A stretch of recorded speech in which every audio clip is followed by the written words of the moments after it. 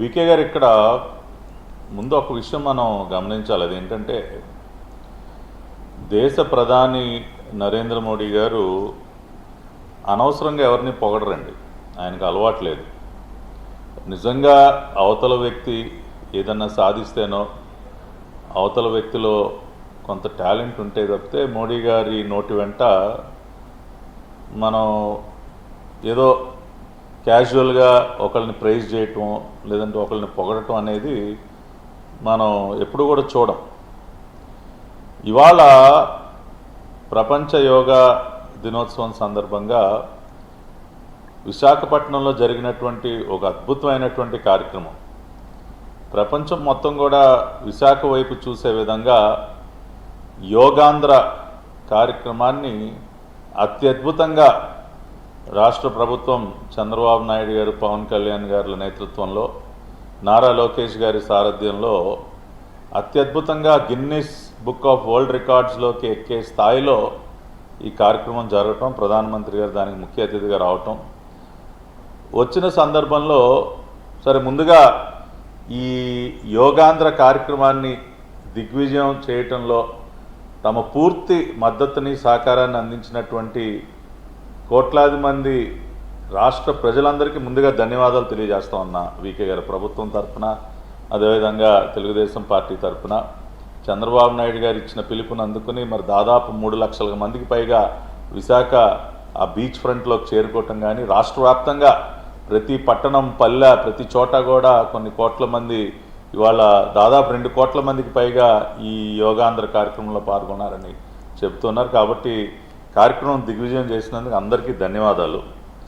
ఇవాళ మోడీ గారు మాట్లాడుతూ ఆయన భాయ్ లోకేష్, మేరా భాయ్ లోకేష్ అంట మాట్లాడారు. ఇవాళ మా అందరికీ చాలా సంతోషం కలిగింది. అంటే నా చిన్న తమ్ముడు లోకేష్ అని ఎంతో ప్రేమగా భాయ్ లోకేష్ అని మాట్లాడటం, లోకేష్ భాయ్ అన్ని ఏర్పాట్లని దగ్గరుండి పర్యవేక్షిస్తూ ప్రతి ఒక్కరూ కూడా ఈ కార్యక్రమంలో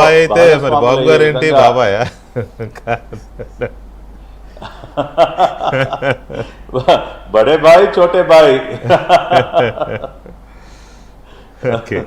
సో అంటే లోకేష్ గారి కార్యక్రమ నిర్వహణలో చూపించినటువంటి ఆ చొరవ, నైపుణ్యం ప్రతి ఒక్కరిని కూడా ఈ కార్యక్రమంలో భాగస్వాములు అయ్యే విధంగా ఆయన చేసినటువంటి ఆ విధానం కానీ ఎంతో అభినందనీయం.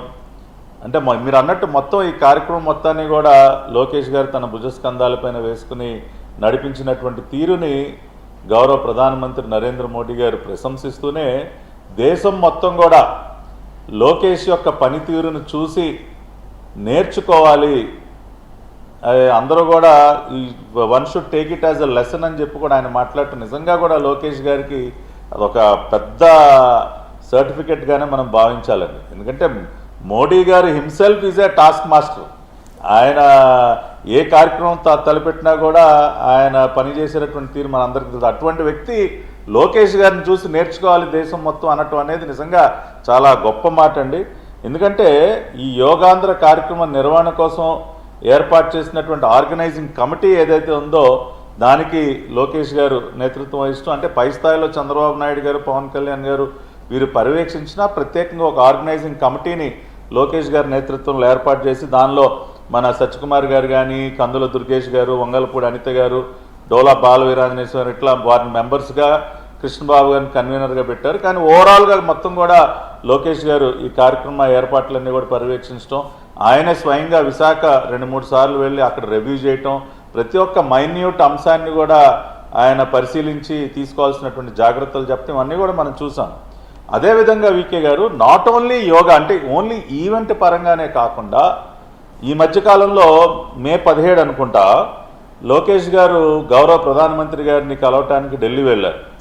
ఆయన కుటుంబ సమేతంగా భార్య, తన కుమారుడితో, ఫ్యామిలీతో కలిసి వెళ్ళినప్పుడు అంటే ఆ రోజున యువగళం పాదయాత్రకి సంబంధించి ఏదైతే ఒక పుస్తకాన్ని రూపొందించారో దానిని ప్రధానమంత్రి గారికి అందించడం కోసం ఆయన ఢిల్లీ వెళ్ళినప్పుడు దాదాపు 2 గంటల పాటు సుదీర్ఘంగా కాఫీ టేబుల్ బుక్ రూపొందించినప్పుడు 2 గంటల పాటు మోర్ దాన్ 2 అవర్స్ ఆయన సుదీర్ఘంగా లోకేష్ గారితో మాట్లాడటం, అనేక విషయాలు చర్చించడం ఎంతో ఆప్యాయంగా ఆ రోజున దేవాంశ్ బాబుతో కానీ బ్రహ్మణి గారితో కానీ ఎంతో ప్రేమగా అసలు ఒక ఫ్యామిలీ మెంబర్తో మాట్లాడినటువంటి అంశం కూడా ఆ రోజున మనం చర్చించుకున్నాం.